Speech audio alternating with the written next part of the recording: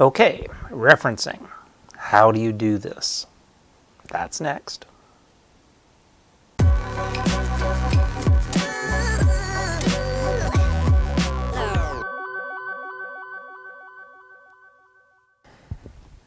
Okay, so let's just jump directly into Google Docs and see how referencing software like Zotero will help you. I'm going to show you actually how to reference a paragraph just to give you a sense of how this works. I'm going to use Microsoft Word and Zotero, and I'm going to assume that you've already installed the desktop version of Zotero. You also should install the browser plugin for whatever browser you use. I use Chrome, and this will allow you to get references into your Zotero database and then from there into your document. So I've opened Zotero. Here's two documents. Here's a paragraph that I want to insert in-text citations here, and I want to, on the next page, give me a reference list in style of my choice. Okay, so my other document actually is the references I want to insert. These are all in strange formats. They do not conform to any specific style. I've just put them here so they'd have all the information. So most of you will do research looking for primary literature in PubMed, maybe in Google Scholar. I'll show you how this works in PubMed. It's virtually the same. So I'll just go PubMed. The first paper is by Brown, and I want to insert this paper, Nothing But the Truth, all the way up to there. Copy that, go to my database, and just happens to be already here, the Brown paper. There it is. But I'm going to do from beginning to end. So PubMed, paste that in, search for it, however you find it. Here it is. You can read it, whatever. This is the Zotero plugin that adds the facility to take what's here on this screen and save it to the Zotero database. You can change this now to whatever you want. This is where it's going. I'll go back to my database down here and see, we've got a duplicate. So I don't really need that duplicate. I'm going to remove it. There's another way to actually get that information into the database. See this DOI, or if you have the PubMed ID, copy that thing, go to your database, and there's this thing called a magic wand. Click that and just paste it in there like that, and if I press enter, that whole article will get pulled into here. We've got this document that I want to reference. I will view this just as a single page for now and get it a little bit larger so you see what I'm doing. This is where I need to insert the citation to that Brown paper. Zotero, when you add it to your word processor, will create a tab, and these are the Zotero tools you use. Click Add a Citation. I want it currently in the Vancouver style. Press OK. Down here, I could search Brown.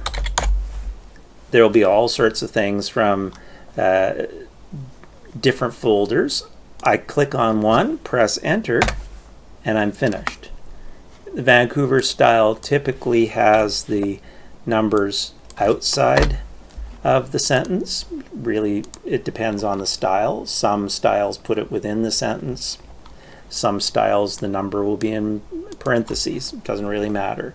So I'm going to just continue and go through all of these things and insert the citation. Here's the other way to do this. Instead of searching, click Classic View.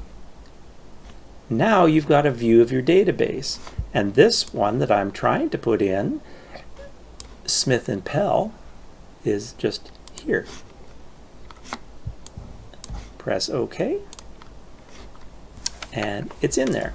So I'm not going to deal with these periods for now. Like, I'm going to let them do what they want to do. This is something that you will go over in detail before you hand something in to make sure everything looks the way it should.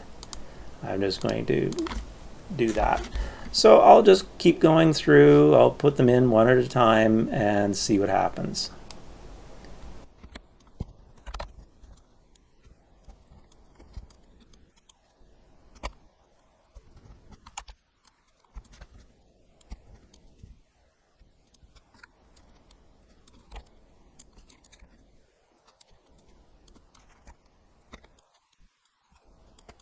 Okay, here is one that is a little different. Here I've put the author as part of the paragraph, and then the only thing that I want is the year of that publication. So in a numerical style, this will just look like a regular reference. But here I go, I click here, edit citation, I'll find the Steinhauser one, which is right here. But before I enter it, I'm going to suppress the author. Click. This will give me my number for my citation. You'll see in a minute how that actually makes a big difference in another format. So just continuing on, just doing all the papers that I've got. Okay, and the last one here. Add this, and Bohannon, you're somewhere here. Who's afraid of peer review? Done. There is the paper, all cited in Vancouver format. Here's where the magic happens. Ready? Add, edit, bibliography. Oh, we're done. That is your Vancouver style bibliography, perfectly consistent all the way through. This is what it looks like. Well, that's fine, but here is what makes the big difference if you happen to have to change to a different style, like APA. So go to the document preferences, let's change it to APA. And here there's like 30,000 styles available. You won't want to run out. Say OK. Oh, everything changed, and now it's all in APA format. And here's that one where I wanted just the author. You couldn't tell with the numerical style, but with this one you can. That list is exactly what APA requires as a reference list. Seems pretty good.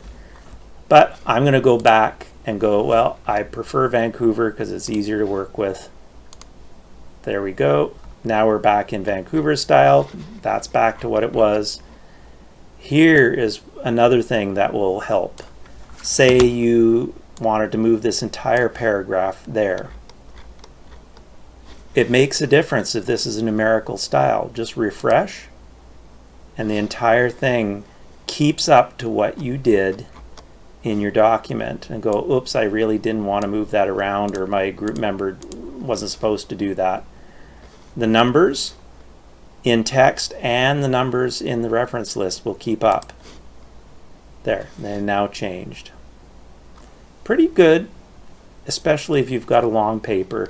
This works quite well in Google Docs as well, just different connectors that you have to do to download to get it to work. There's lots of videos out there on how to do this.